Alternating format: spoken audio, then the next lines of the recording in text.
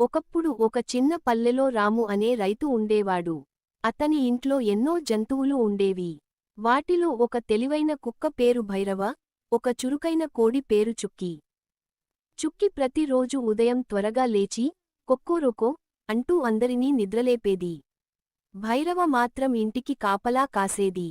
ఎవరైనా కొత్తవాళ్లు వస్తే వెంటనే మొరిగి యజమానిని అప్రమత్తం చేసేది. మొదట్లో చుక్కీ, భైరవ ఇద్దరూ ఎక్కువగా మాట్లాడుకునేవారు కాదు. కాని ఒక రోజు వాళ్ల జీవితాన్ని మార్చేసే సంఘటన జరిగింది. ఒక మధ్యాహ్నం రైతు కుటుంబం బయటకు వెళ్ళింది. ఇంట్లో జంతువులు మాత్రమే ఉన్నాయి. ఆ సమయంలో ఒక ఆకలితో ఉన్న నక్క మెల్లగా ఇంటి వెనుక నుంచి లోపలికి వచ్చింది. దాని చూపు చుక్కీ మీద పడింది. చుక్కీ మాత్రం గింజలు తింటూ ప్రమాదాన్ని గమనించలేదు.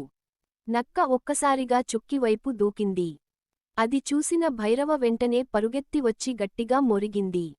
భౌ భౌ. నక్క భయపడకుండా ముందుకు వచ్చింది. కాని భైరవ ధైర్యంగా దానిని ఎదుర్కొంది. కొద్దిసేపు పోరాడిన తర్వాత నక్క అక్కడి నుంచి పారిపోయింది.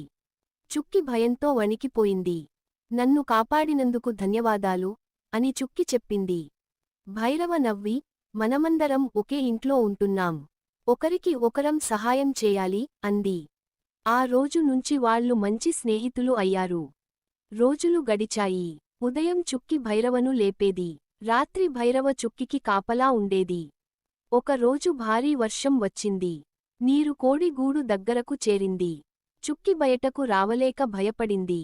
భైరవ వెంటనే వెళ్లి గూడు దగ్గర నిలబడి చుక్కీని సురక్షితంగా బయటకు తీసుకొచ్చింది. చుక్కీ ఆనందంగా, నువ్వు నా నిజమైన స్నేహితుడివి అంది. కొన్ని రోజుల తర్వాత మరో సంఘటన జరిగింది. రాత్రి ఒక దొంగ ఇంట్లోకి రావడానికి ప్రయత్నించాడు. ఆ రోజు భైరవ నిద్రలో ఉంది.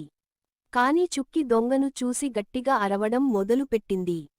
కొక్కోరొకో కొక్కోరొకో. భైరవ వెంటనే లేచి మొరిగింది. రైతు కుటుంబం బయటకు వచ్చింది. దొంగ భయపడి పారిపోయాడు. రైతు ఇద్దరినీ చూసి చాలా సంతోషించాడు. మీ ఇద్దరూ కలిసి మా ఇంటిని కాపాడారు అని చెప్పి మంచి ఆహారం పెట్టాడు. ఆ రోజు నుంచి గ్రామంలో అందరూ ఈ స్నేహం గురించి మాట్లాడుకున్నారు.